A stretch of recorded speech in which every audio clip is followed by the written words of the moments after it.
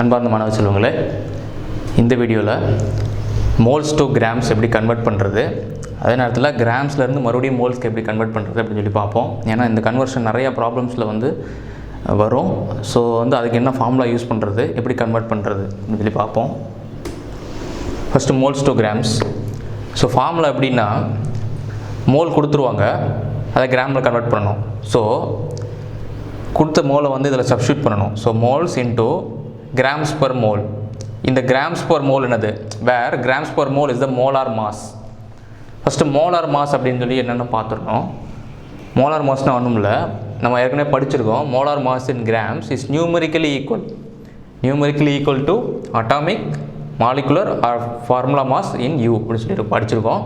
அதாவது ஒரு ஆட்டம்க்கு கால்குலேட் பண்ணோம்னா அட்டாமிக் மாஸ் வரும். இப்போ எக்ஸாம்பிள், இப்போ ஹைட்ரஜன் இருக்குது 1.008னா அதோட அட்டாமிக் மாஸ். இப்போ 1.008 அப்படிங்கிறது numerically equal to molar mass. அதே மாதிரி கார்பனுக்கு 12.00011. ஸோ இதுக்கு இதோட atomic mass is numerically equal to its molar mass. அதாவது அட்டாமிக் மாஸ் நியூமெரிக்கலாக மோலார் மாஸ்க்கு ஈக்குவலாக இருக்குது. 12.001ங்கிறது 011 அப்படிங்கிறது molar mass of carbon.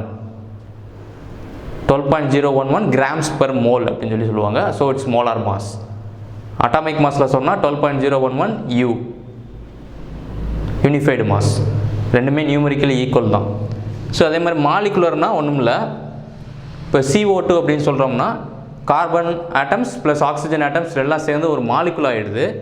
So ஒரு காம்பவுண்டுக்கு இல்லை மாலிகுலுக்கு நம்ம பண்ணுறோம்னா அதுக்கு ஒரு அதோட அட்டாமிக் மாஸ் எல்லாம் கம்பைன் பண்ணுவோம். கார்பனோட அட்டாமிக் மாஸையும் ஆக்சிஜனோட அட்டாமிக் மாஸையும் கம்பைன் பண்ணி கார்பன் டை ஆக்சைடுக்கு கால்குலேட் பண்ணுவோம். ஸோ அது மாலிகுலர் மாஸ்க்கு மொத்தமாக சம்மப் ஆகும்.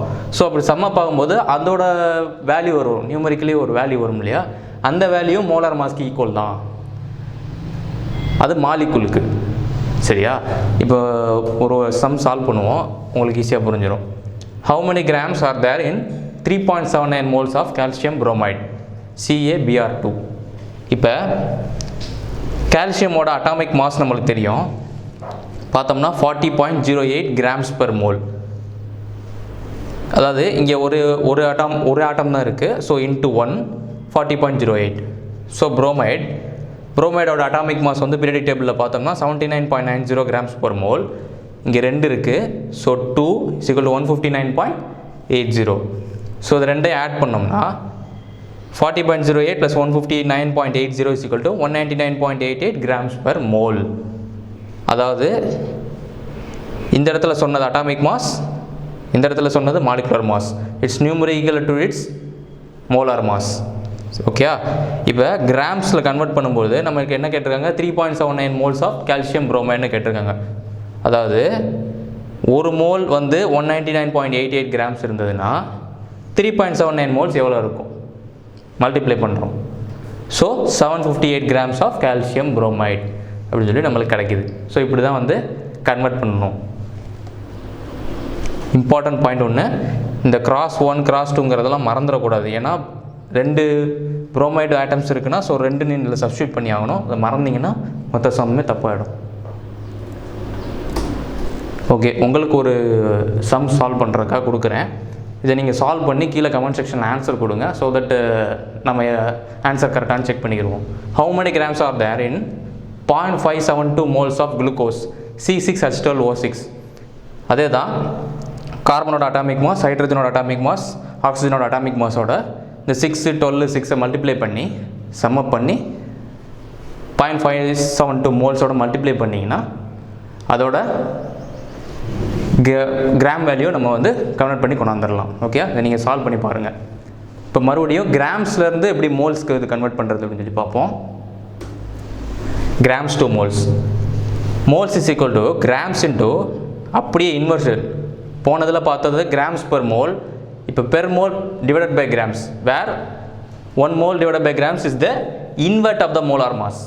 நம்ம மோலார் மாஸ் படிச்சிருப்போம், அதோட இன்வெர்ட் தான் இந்த இடத்துல சப்ஸ்டியூட் பண்ணணும்.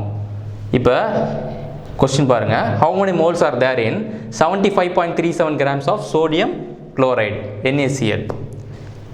அதே தான் சோடியமில் 22.99 கிராம்ஸ் பர் மோல், பீரியாடிக் டேபிளில் பார்த்தா தெரியும். இங்கே ஒரே ஒரு ஆட்டம் இருக்குது. So into 1 is equal to 22.99. இங்கே குளோரின். So 35.45 grams per mole periodic டேபிளில் பார்க்கணும். Into 1 is equal to 35.45. So ரெண்டே ஆட் அப் பண்ணால் 35.45 plus 22.99 is equal to 58.44 grams per mole. இப்போ இங்கே கிராம்ஸ் கொடுத்துருக்காங்க, அதாவது அப்படி இன்வெர்ட்டில் போடுறோம். Mole divided by 58.44 grams.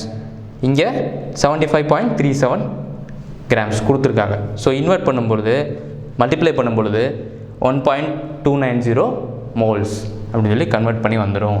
இவ்வளோ கிராம்ஸ் இருந்ததுன்னா it is equal to 1.290 moles of sodium chloride. அதே மாதிரி இன்னொரு சம் பார்ப்போம். இது நீங்கள் தான் சால்வ் பண்ணணும்.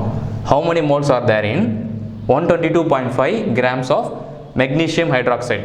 mg ப்ராக்கெட்டில் OH2ன்னு கொடுத்துருக்காங்க. ஸோ mg வந்து இங்கே 1ன்னு எடுத்துக்கணும்.